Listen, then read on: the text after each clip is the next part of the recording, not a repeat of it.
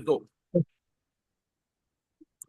Hello everyone, this is Tamal Mukherjee once again on behalf of Literoma. So in this particular episode of our YouTube podcast, as you had seen in the last few days, every day we had discussed, we have interacted with one of the Literoma authors. And today we have with us Dr. Urvashi Tandon. Welcome, ma'am. Welcome to this particular podcast. And as everyone can see, here we are inside the stall. And here is the book written by ma'am. Life is Beautiful, which one can collect from stall number 66, Literoma stall number 66, which is happening in City Square Ground, Newtown, Kolkata. So welcome to the show once again, ma'am. Thank you, Tamal. Thank you. It's always a pleasure and an honor. Thank you, ma'am. So to start with, I'm sure that there will be a lot of us who already know about Life is Beautiful. Life is Beautiful is obviously a very relevant book that you had written. But if you want to say a few words, because in this particular book fair also, we are seeing a lot of new people gathering here and they're actually trying to understand about the topic of the book. So if you may throw some light on the book for the new readers, that will really be helpful. Sure. So basically, the book deals with an adolescent child who, due to some mishap, has become handicapped. And we are aware that in our society, there are a fair number of, a section of society which has issues. They're specially abled or they have, other kind of problems. They're not in what you call the normal norm of society. They don't fit in with the normal children or even in adults. Now, the reason why I picked a child of this particular age group was because I felt that at this particular time, when a child is developing into an adult, I mean, he's neither a child nor an adult, there's a time of a lot of conflict, plus the assertiveness or aggressiveness of knowing that you're growing up.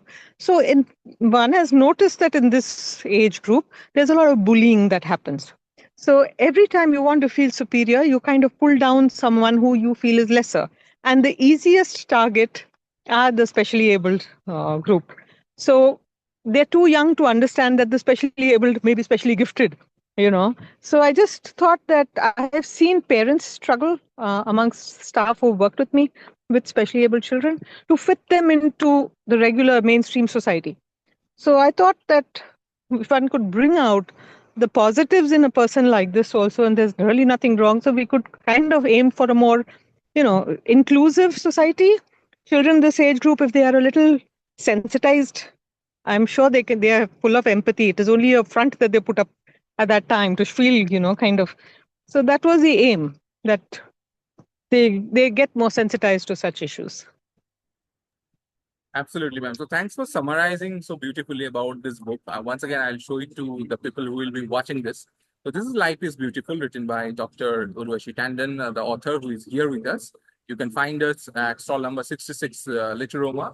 The book fair is happening in City Square Ground, at the City Square Ground, Newtown, Kolkata.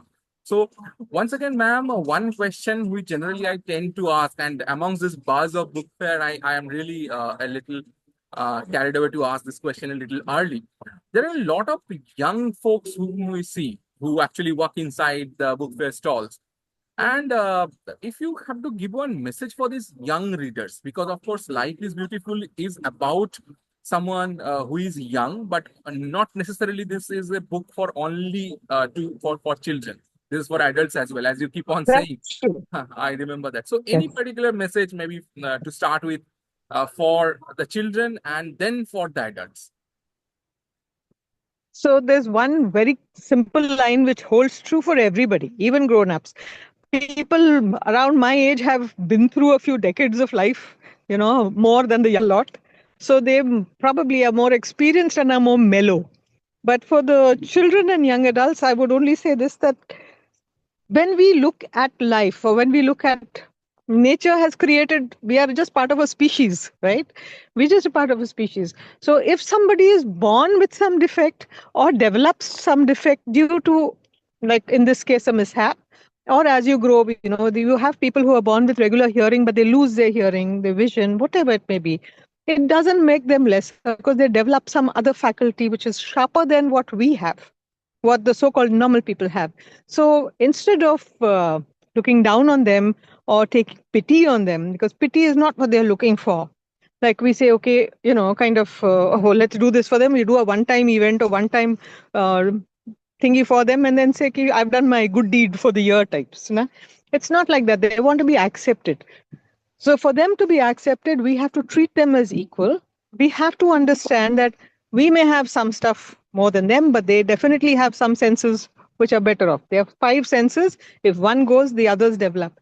They have artistic traits. They have so many other things. And to build a happier society, when we see so much of strife happening around us, I've stopped listening to the news really, because it's only full of somebody's raped somebody, there's a war going on somewhere. If we want to be a happier race, it is nicer for us to be a little more empathetic towards each other. So for the young people, you're the guys who are going to take this country forward. You're the guys who are going to build the future of the society. So open your eyes and ears, open your mind to more of this. Don't be, what do we call, tubular vision nahi hona chahiye. You should have a broader vision. Take people with you when you go. We'll all be a happier race. Absolutely. Thanks for the powerful message, ma'am. Thanks for summarizing it so well. So I can see you are in a beautiful place actually right now. The landscape is a great one.